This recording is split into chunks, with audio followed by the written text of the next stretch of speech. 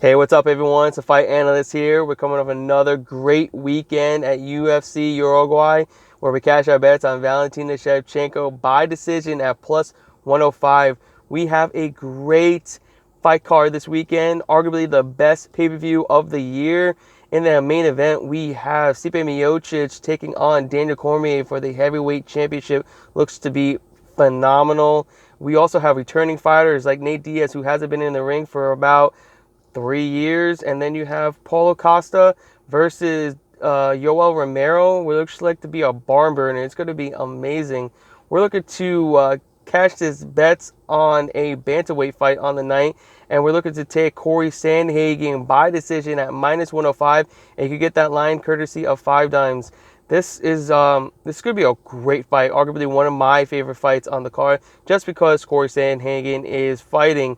He's taking on Rafael Assunção, who I believe is on a little bit of a skid. He lost for the first time inside the distance in years, probably about almost 10 years, maybe a little less. But he took on Marlon Moraes. He got a head kick, knocked him down, and then Marlon Moraes jumped on top of him and eventually got the choke.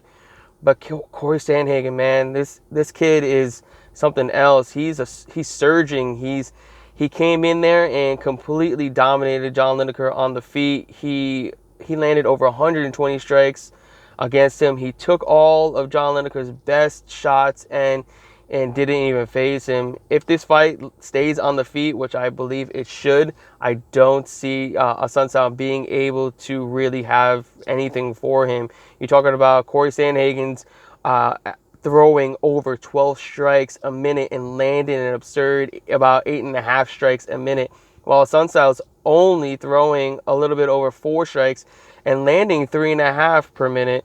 So you take that plus the height and reach disadvantage for Assunção. You're talking he's 6 inches taller than Assunção, and he has a 4-inch reach advantage.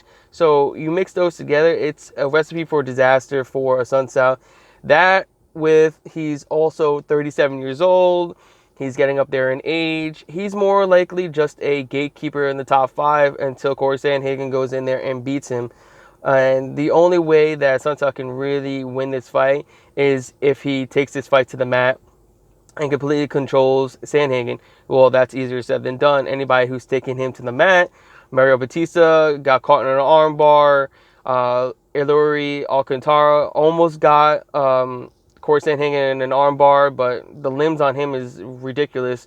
It extended so much that you would think he would tap out, but he was able to reverse position, got up, and then he eventually knocked out Alcantara.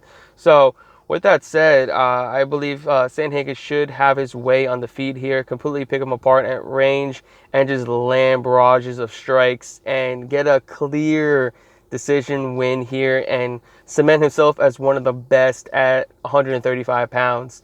So that's what I have for you guys tonight. Let's cash these bets.